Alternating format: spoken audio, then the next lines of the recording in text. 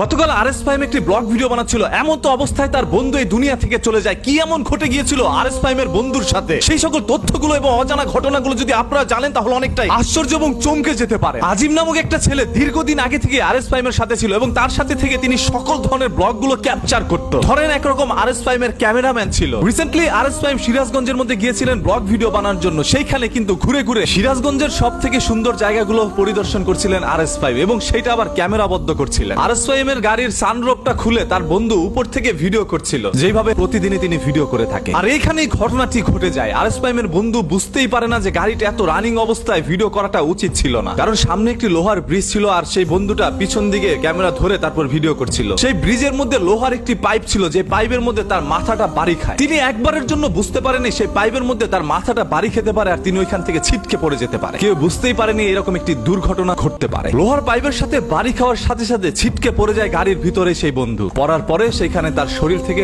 রক্তক্ষরণ হতে থাকে। আরএস ফাহিম 3 থেকে 4 মিনিটের মধ্যে তাকে হাসপাতালের মধ্যে নিয়ে যায়। হাসপাতালের চিকিৎসক তাকে মৃত ঘোষণা করে। আরএস ফাহিমের চোখের সামনে তার বন্ধু তার কোলের মধ্যেই এই গাড়ি থেকে এই দুনিয়া থেকে চলে যায়। এরকম একটি পোস্ট করে আরএস ফাহিম তার ভেরিফাইড ফেসবুক পেজের মধ্যে। যে পোস্টটি পাওয়ার পর থেকে ইতিমধ্যেই অনেকে এটা নিয়ে আলোচনা সমালোচনা করছেন। অনেকে বলছেন আরএস ফাহিম ইচ্ছাকৃতভাবে তার বন্ধুকে এই দুনিয়া থেকে সরিয়ে দিয়েছে। তবে যে যাই বলুক না কেন, আরএস ফাহিম বলছিল আমি আমার বন্ধু, আমি আমার ভাই, আমি আমার সহকর্মীকে হারিয়েছি। এখন কে কি বললো সেটা আমার দেখার বিষয় না। ওকে হারিয়ে এখন আমি কিভাবে সেটা ভাষায় প্রকাশ করব সেটাও আমি বুঝতে পারছি না। আরএস ফাহিমের মন গতকাল থেকে খুবই খারাপ। তিনি তার সহকর্মীকে হারিয়ে যেন একরকম ভেঙে পড়েছেন। যেই ছেলেটি সেই আগ থেকে এই পর্যন্ত তার সাথে আঠার মতো লেগেছিল। যত ধরনের ভিডিও দেখতেন ম্যাক্সিমাম ভিডিওগুলো ওই ছেলেটি নিজে ধারণ করত। আপনারা সবাই জানেন আরএস ফাহিমের সাথে যারা থাকে তাদের সবাইকে আরএস ফাহিম নিজের ভাইয়ের মতো করে ভালোবাসে। কার কি হলো না হলো, কার কি প্রয়োজন, সবকিছুতে আরএস ফাহিমকে পাশে পায়। আর যার কারণে সকল লোকগুলো তার পাশে সবসময় থেকে যায়। আপনি জানেন মানুষ যেখানে গিয়ে ভালোবাসা পায়, মানুষ যেখানে গিয়ে তার স্বার্থ পূরণ করতে পারে, সেইখানেই মানুষ কিন্তু যায়। আর আরএস ফাহিম তাদেরকে এমন ভাবে ভালোবাসে যে কেউ তাকে ছাড়তে পারে না। সোশ্যাল মিডিয়ার মধ্যে আমি অনেকের সাথে কথা বলেছি, তবে আমার দেখা সব থেকে ভালো লোক মনে করি আমি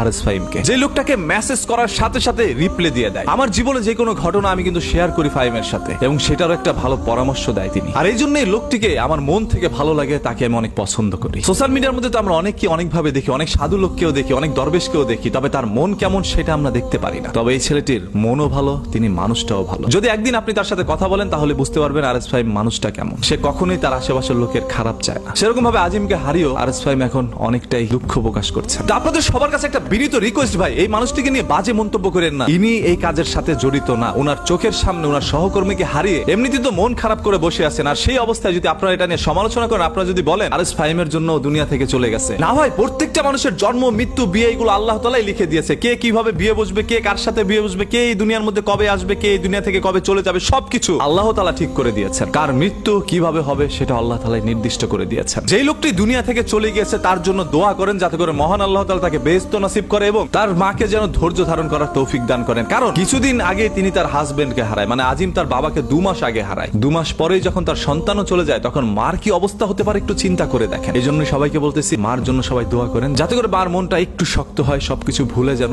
বেঁচে থাকার জন্য আবারও চেষ্টা করে যায়। সন্তান স্বামীকে হারিয়ে মার মধ্যে এমনিতেই মৃত, তারপরও তো মানুষ বাঁচতেছে।